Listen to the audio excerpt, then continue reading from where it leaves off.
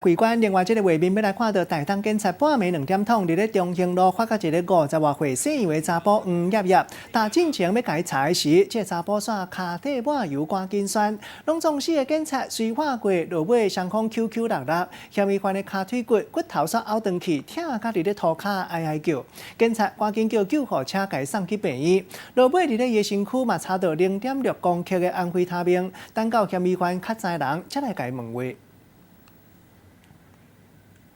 另外，这是台南有人去灵骨塔要来拜祖公，结果煞互人锁伫内底，走袂得出来。该在有打电话，赶紧报警察，喊救命。详细情形继续请记者吴梅山来采访了解。梅山。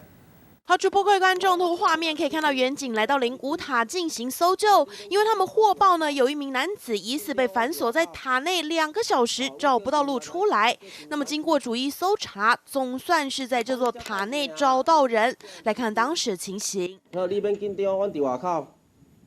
我叫师傅来，开。好的，可以看到远景呢是听到这个塔内传出了呼救声，那么赶紧上前安抚对方，接着找庙方人员来开门，终于让男子顺利脱困。